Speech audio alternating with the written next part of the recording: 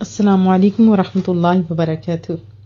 میرے ساتھ مل کے درود پاک پڑھیے۔ اللہم صلی علی سیدنا و مولانا محمد وعلی آلہ و اصحابہ وبارک وسلم۔ آج ہم انشاءاللہ تعالی سورۃ النحل آیت 22 سے ابتدا کریں گے۔ اعوذ باللہ من الشیطان الرجیم، بسم اللہ الرحمن الرحیم۔ الہکم، کم تمہارا، الہ تمہارا معبود، تمہارا خدا، الہ واحد صرف ایک، واحد اکیلا، اتنا خوبصورت جو ہمارا عقیدہ ہے کہ اللہ ایک ہے۔ قل هو اللہ احد، اللہ ایک ہے۔ الہکم الہ واحد، تمہارا خدا بس خدا واحد ہے، تمہارا معبود اکیلا ایک خدا ہے۔ فالذین، پس جو لا یؤمنون، ایمان نہیں لاتے، بالآخرہ، آخرت پر۔ قلوبہم، قلب کی جمع قلوب، ان کے دل جو آخرت پر ایمان نہیں لاتے، ان کے دل منکرہ، نون کافرہ روٹ ورڈ ہے، انکار جیسے ہوتا ہے، عرفان کی ضد ہے، یعنی مانتا نہیں ہے۔ اور قرآن کریم میں بہت ساری جگہوں پہ آتا ہے فَدَخَلُوا عَلَيْهِ فَعَرَفَهُمْ وَهُمْ لَهُ مُنْكِرُونَ۔ تو حضرت یوسف علیہ السلام کے پاس جب گئے تھے ان کے بھائی، تو حضرت یوسف نے تو ان کو پہچان لیا لیکن وہ نہ پہچان سکے۔ تو انکار کا یہ جو لفظ ہے بہت ساری جگہوں پہ آیا ہے۔ فَهُمْ لَهُ مُنْكِرُونَ، اس وجہ سے ان کو نہیں مانتے ایٹسٹرا۔ وَهُمْ، اور وہ مستکبرون، تکبر، کاف بارا اس کا روٹ ورڈ ہے تکبر۔ متکبر شخص اپنے آپ کو دوسروں سے بڑا خیال کرتا ہے، اور سب سے بڑا تکبر آپ جانتے ہیں قبول حق سے انکار ہے، اور عبادت سے انحراف کر کے اللہ تعالیٰ پر تکبر کرنا ہے، جیسے کہ شیطان نے کیا تھا۔ ابا واستکبر، شیطان نے انکار کیا اور غرور میں آ گیا، اور پھر بد نصیبی کتنی اس کی ٹھہری۔ وَهُمْ مستکبرون، اور وہ مغرور ہے۔ با محاورہ ترجمہ کر لیتے ہیں، تمہارا خدا بس خدا واحد ہے، بس جو لوگ ایمان نہیں لاتے آخرت پر، ان کے دل منکر ہیں اور وہ مغرور ہیں، اور وہ غرور کے اندر ہیں۔ لا جرما، جیم را میم روٹ ورڈ ہے، لا جرما یقیناً، انا یقیناً، اب یقیناً، یقیناً اللہ تعالیٰ یعلم، وہ جانتا ہے، کون؟ رب کریم جانتا ہے کس کو؟ ما یسرون، سین را روٹ ورڈ ہے، یعنی جو دل میں چھپائے۔ ایک تو ہوتا ہے زبان سے کہنا، دوسرا ہوتا ہے من کے اندر کی بات۔ وہ سونا رب وہ من کی چھپی باتوں کو بھی جانتا ہے۔ احادیث آپ جانتے ہیں کہ لکھنے والے کون ہیں، یہ بھی آپ جانتے ہیں، فرشتے۔ اللہ تو ویسے بھی جانتا ہے، فرشتوں کی حاجت نہیں، لیکن فرشتوں کو بھی یہ تو علم ہے۔ کیسا؟ جب کوئی بھی آپ عمل کر رہے ہوتے وہ جانتے ہوتے ہیں کہ یہ کس نیت سے کیا جا رہا ہے۔ اگر نیت خالص اللہ کی رضا ہے تو اس کا ثواب اور اجر ہے۔ باقی احادیث آپ جانتے ہیں کہ شہداء کو بھی دوزخ میں ڈالا جائے گا۔ کیوں؟ کیونکہ ان کا مدعا کیا ہے۔ وہ ایک حدیث ہے نا، آپ کو یاد ہے حدیث طیبہ، کہ شہید کو بھی، مال والے کو بھی، اور کس کو؟ علم والے کو بھی دوزخ میں۔ کیوں؟ کیونکہ ان کا مدعا اللہ کی رضا نہیں تھی۔ شہید کا کیا تھا کہ لوگ شہید گئے، اور اللہ فرمائے گا تمہیں لوگوں نے کہہ دیا، اب ادھر کیا لینے آئے ہو۔ اور علم والے کو بھی ایسے وضاحت میں اگر ٹائم ہوتا ہے تو بتاتے ہوئے ویسے آپ کو یاد آ گیا ہوگا۔ تو مراد کیا ہے کہ جو من کے اندر جو نیت ہے، جو چھپی بات ہے، اس کو بھی اللہ جانتا ہے۔ وما یعلنون، اب سر کا اپوزٹ کیا ہے؟ عین لام، نون روٹ ورڈ ہے، جو ظاہر ہوتا ہے، یعنی چھپی بات کو بھی رب کریم جانتا ہے، اور جو ظاہر ہے وہ بھی۔ اور قرآن کریم کے اندر تو کتنی جگہ آیا ہوا ہے، ما تو کن صدورہم ما یعلنون، جو کچھ ان کے سینوں میں مخفی ہے اور جو یہ ظاہر کرتے ہیں، سب کا سب اللہ جانتا ہے۔ اعلنت لہم واسررت لہم، میں انہیں برملا اور پوشیدہ ہر طرح سمجھاتا رہا۔ یہ بھی لفظ کتنی دفعہ آیا ہوا ہے۔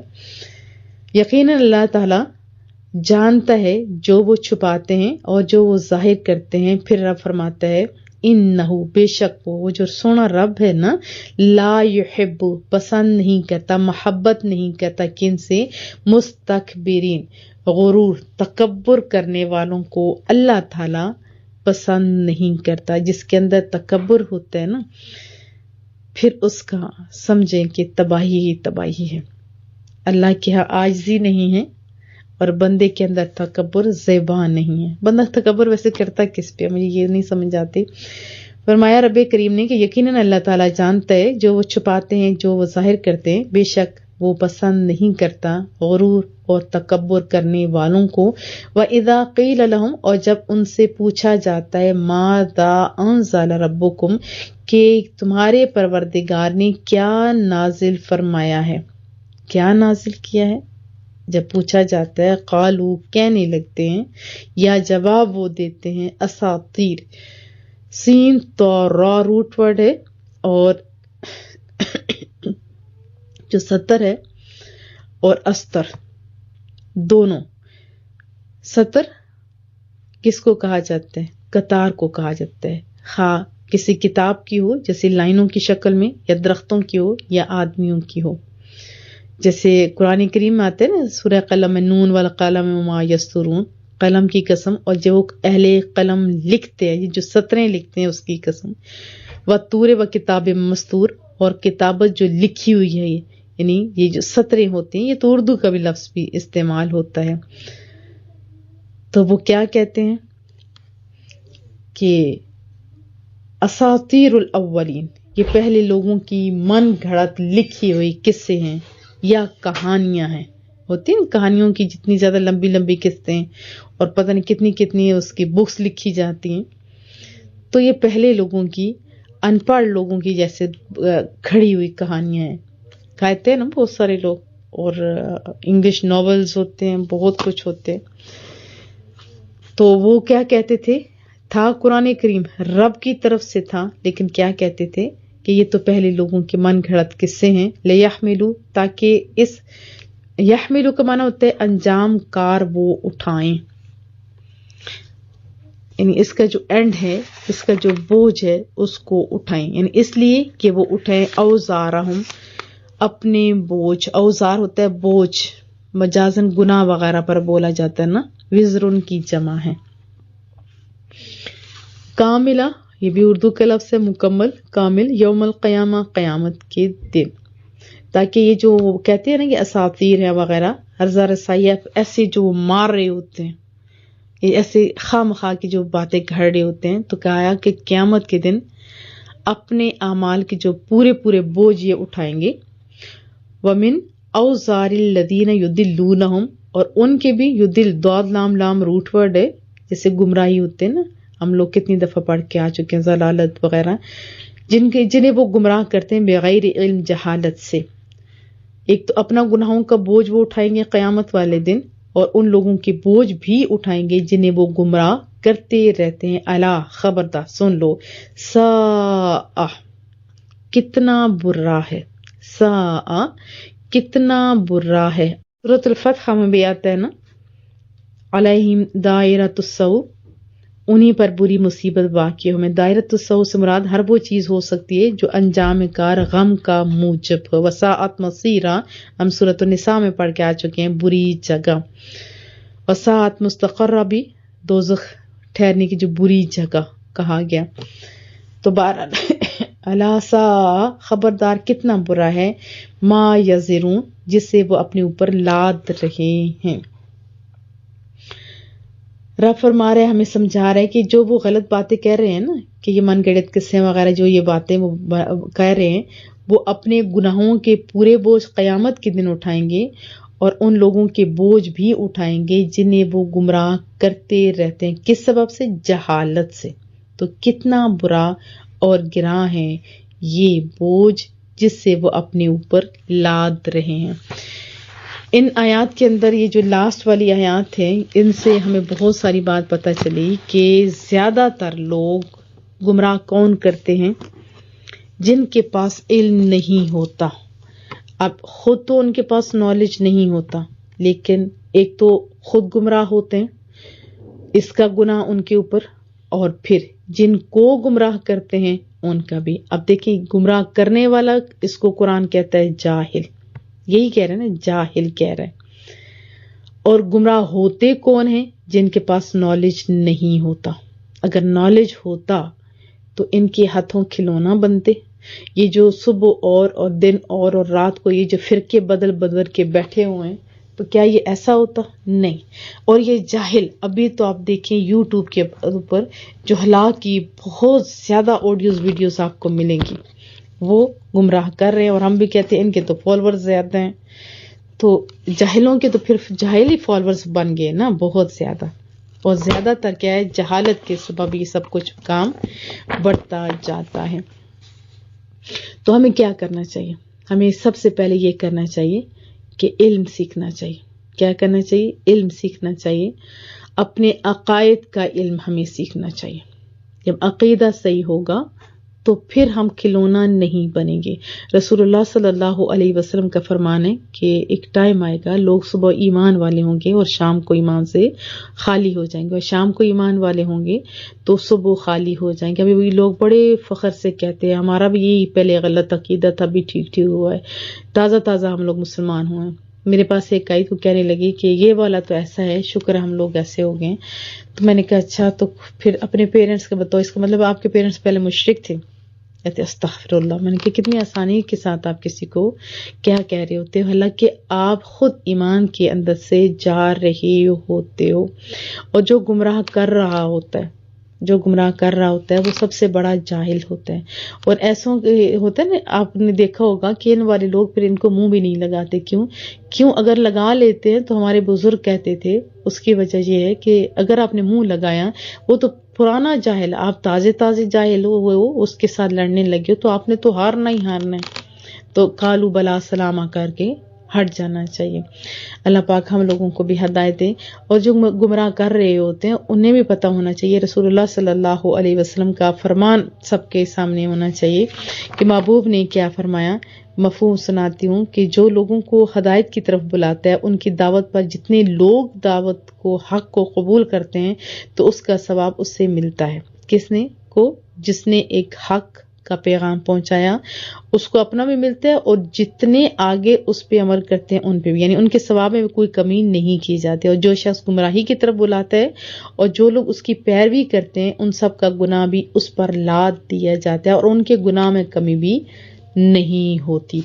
حضرت ابو ہریرہ سے مروی ہے، رسول اللہ کا فرمان، جس شخص نے ہدایت کی دعوت دی اسے اس ہدایت کی پیروی کرنے والوں کے برابر اجر ملے گا، اور پیروی کرنے والوں کے اجروں میں کوئی کمی نہیں ہوگی. اور جس شخص نے کسی گمراہی کی دعوت دی اسے اس گمراہی کی پیروی کرنے والوں کے برابر گناہ ہوگا، اور پیروی کرنے والوں کے گناہوں میں کوئی کمی نہیں ہوگی. بحوالہ مسلم شریف. اور حضرت جریر بن عبداللہ رضی اللہ تعالیٰ عنہ سے مروی ہے، رسول اللہ کا فرمان صلی اللہ علیہ وسلم، جس نے اچھا طریقہ جاری کیا پھر اس پر عمل کیا گیا تو اس کے لیے اپنا ثواب بھی ہے اور اس سے عمل کرنے والوں کے برابر بھی ثواب ملے گا، جبکہ ان کے ثوابوں میں کوئی کمی نہیں ہوگی. اور جس نے برا طریقہ جاری کیا پھر وہ طریقہ اپنایا گیا تو اس کے لیے اپنا گناہ بھی ہے اور اس سے عمل کرنے والوں کے برابر گناہ بھی ملے گا، جبکہ ان کے گناہوں میں کوئی کمی نہیں ہوگی. بحوالہ ترمذی شریف. اب یاد رکھیں کہ اچھے کام کی ابتدا کرنے والوں کے، یہاں بات آپ کو بتا دوں، دیکھو اچھے کام جس کی ابتدا کرنے والے ہیں نا وہ بھی علماء کرام ہوں گے. ٹھیک ہے، علماء کرام، یہ ذہن نشین رکھے کہ جنہوں نے قرآن و سنت پڑھا ہے، انہیں پتہ ہے کہ یہ صحیح ہے، اس کو جاری کیا جائے. اب جیسے رمضان کی بارے میں آتا ہے کہ رمضان آنے والا ہے، جس نے سب سے پہلے خبر دی کیا ہے اس کو جنت ملے گی. اب کہا جائے کہ یہ بھی بڑا اچھا ہے، اور لوگ بھی بڑے دھڑا دھڑ فارورڈ کر رہے ہوتے ہیں، حالانکہ ایسی کوئی حدیث طیبہ ہے ہی نہیں. ہاں، انفارم کر دینے سے یہ ہے کہ اگلا بندہ کانشیس ہو جائے، یہ بات جائز ہے اور درست بھی ہے، فائدہ بھی ہے تاکہ اگلا بندہ ایکٹیو ہو جائے. اس کے علاوہ ایک میں نے پڑھا تھا کہ قضاء عمری رمضان کے آخری جو جمعہ ہوتا ہے اس کے اوپر آخری جمعہ والے دن پڑھی جاتی ہے، اور کنسپٹ کیا ہے کہ ساری عمر کی قضا معاف ہے. یہ غلط چیزیں ہیں. کسی کام کی ابتدا صحیح علم والے بندے نے کی ہوگی تو اس کا فائدہ ہوگا. جیسے قرآن کریم اب پہلے تو اس طرح نہیں کتابی شکل میں تھا، اب جنہوں نے کتابی شکل اختیار کروائی، پھر جنہوں نے زیر زبر لگوائی، جنہوں نے پارے کیے، یہ ان کو ثواب ہے یا نہیں؟ جب تک کسی کام اچھے کام کی ابتدا، اور بہت ساری احادیث کے اندر بھی ہمیں ملتا ہے کہ رسول اللہ صلی اللہ علیہ وسلم نے ان کو اپریشیٹ کیا، سراہا گیا کہ یہ کام اچھا ہے، یہ کام اچھا ہے. اسی طرح جنہوں نے رسول اللہ صلی اللہ علیہ وسلم کے پیدائش کے اوپر یہ ذکر و اذکار اور لوگوں کے ایمان تازہ کرنے کے لیے جیسے ربیع الاول میں پروگرام کیے جاتے ہیں، یہ بھی ایک اچھی ابتدا ہے. اور ٹھیک ہے احادیث کے اندر رسول اللہ علیہ وسلم کے دور اقدس میں وہ سارے سیپریٹ ہمیں ملتے ہیں، لیکن اس طرح اجتماعی طور پہ جیسے بھی کیا جاتا ہے یہ ایک اچھی ابتدا ہے.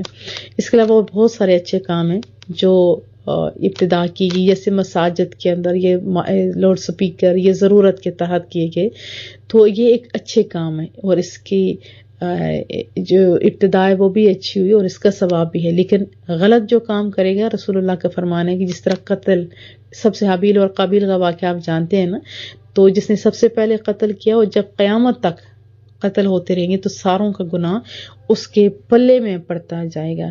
تو آپ جب بھی کوئی کام کریں تو سوچا کریں، دیکھا کریں کہ آپ کیسا کام کر رہے ہیں. اگر آپ اچھا کام کر رہے ہیں ویل اینڈ گڈ، جیسے ابھی آپ فارورڈ کر رہے ہیں یہ ساری چیزیں بھی تو اچھا کام ہے نا، کوئی سنے گا، کوئی ایسے کر کے، تو اچھا کام کریں گے تو اچھی بات ہے. اور ہمیں بار بار کہوں گی کہ صحیح العقیدہ جو علماء کرام ہیں انہی کو سننا چاہیے، انہی کو فالو کرنا چاہیے. ہر ایک کو سنیں گے تو آپ کیا جو یقین کی کیفیت ہے وہ چلی جائے گی، اور غیر یقینی کی کوئی عبادت یاد رکھیں نہیں ہوتی. اور یہ سب سے بڑی بات جو ہم نے پڑھی تھی کہ اللہ دلوں کے حالوں کو جانتے، تو ہمیں اپنے من ستھرے رکھنے ہوں گے اور من کے اندر جو تکبر ہے نا اس کو بھی دور کرنا پڑے گا. پھر قرآن کریم میں اندر آتا ہے سأصرف عن آیاتی الذین یتکبرون فی الارض بغیر الحق، اور میں اپنی آیتوں سے ان لوگوں کو پھیر دوں گا جو زمین میں ناحق اپنی بڑائی چاہتے ہیں. ان الذین یستکبرون عن عبادتی سیدخلون جہنم داخرین، بے شک وہ جو میری عبادت سے تکبر کرتے ہیں ان قریب ذلیل ہو کر جہنم میں جائیں گے. حضرت عبداللہ بن عمر رضی اللہ تعالیٰ عنہ سے روایت ہے، رسول اللہ نے فرمایا کہ تکبر کرنے والے لوگ قیامت کے دن استغفر اللہ ان کی ایسے غریب شکل کا انہوں نے بتایا چونٹیوں کی طرح جمع کیے جائیں گے، ہر جگہ سے ان پر ذلت چھائی جائے گی. پھر انہیں جہنم کے ایک بولس نامی قید خانہ کی طرف ہانکا جائے گا، ان پر آگوں کی آگ چایا جائے گی اور وہ دوزخیوں کی پیپ کی جس کو تینت الخبال کہا جاتا ہے پلایا جائے گا. بحوالہ ترمذی. پھر حضرت ابو ہریرہ سے مروی ہے رضی اللہ تعالیٰ عنہ، رسول اللہ کا فرمان قیامت کے دن تکبر کرنے والوں کو چیونٹیوں کی شکل میں اٹھایا جائے گا اور لوگ ان کو روندیں گے کیونکہ اللہ تعالیٰ کے ہاں ان کی کوئی قدر نہیں ہوگی. پھر اور بہت ساری احادیث ہیں. تکبر یہ بہت خطرناک بیماری ہے، خود کو بہت بندہ بڑا سمجھتے، ایک مرض آپ سمجھے. حضرت ابو امامہ رضی اللہ تعالیٰ عنہ سے مروی رسول اللہ نے فرمایا جس نے اپنا سامان خود اٹھایا وہ تکبر سے بری ہو گیا. یعنی یہ علاج بتایا، خود اپنے ہاتھ سے کام کرنا یہ تکبر کا علاج ہے. پھر مسکینوں کے ساتھ بیٹھنے کا بھی حکم ہے. رسول اللہ صلی اللہ علیہ وسلم نے فرمایا کہ عاجزی اختیار کرو اور مسکینوں کے ساتھ بیٹھا کرو، اللہ تعالیٰ کی بارگاہ میں تمہارا مرتبہ بلند ہو جائے گا اور تکبر سے بھی بری ہو جاؤ گے. اور حضرت امام حسین جنہوں نے رسول اللہ سے تربیت پائی تھی، وہ چند مسکینوں کے پاس سے جب گزرے تو لوگ کچھ کھا رہے تھے، انہوں نے حضرت امام حسین کو دیکھ کر اے عبداللہ آپ بھی تو یہ غذا کھا لیجئے. تو آپ سواری سے اترتے ہیں، فرمایا کہ انہ لا یحب المستکبرین، بے شک اللہ تعالیٰ مغروروں کو پسند نہیں فرماتا. پھر آپ نے ان کے ساتھ بیٹھے، کھانا کھایا، پھر گپ شپ بھی انہوں نے کی ہوگی، پھر ان کو دعوت دی، پھر وہ ان کے دولت خانے میں تشریف لاتے ہیں، پھر کھلایا پلایا اور انہیں تحائف بھی دیے. یہ تھا ہمارے بڑوں کا طریقہ. اور قرآن کریم بڑا میٹھا سا یہ بول ہے، بڑی میٹھی سی ان کی ایک ایک بات ہے. تو جو نیک و صالح لوگ تھے نا، انہوں نے تو ازل سے کہا بھی اور اب تک کہیں گے کہ یہ رب کی کتاب ہے اور ایسی کتاب ہے جس میں لا ریب ہے، اس میں کوئی شک نہیں، پہلے لفظ سے لے کے اینڈ تک اس میں کوئی شک نہیں ہے. اور اس دور کے لوگ بھی لوگوں کو مشکوک کرتے تھے، کہتے تھے یہ پہلے لوگوں کی قصے کہانی ہیں.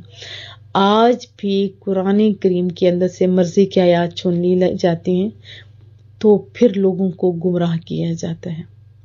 دیکھیں پورا قرآن کریم جنہوں نے پڑھا ہوتا ہے وہی صحیح مسائل بتا سکتے ہیں، ایک آیت کا پارٹ ایک جز چن لیا جاتا ہے اور پھر کیا کیا حال کیا جاتا ہے. رسول اللہ کا فرمان ہے صلی اللہ علیہ وسلم، ایک وقت آئے گا کہ جو کفار اور مشرکین پر اتری ہوئی آیات مسلمانوں پر چسپاں کر دی جائیں گی اور انہیں کافر اور مشرک قرار دیا جائے گا. اور آج وہی ٹائم آ چکا ہوا ہے. تو حل کا تو صرف ایک ہی ہے کہ آپ خود علم سیکھیں، صحیح العقیدہ لوگوں سے علم سیکھیں اور پھر آپ عمل کی طرف آئیں.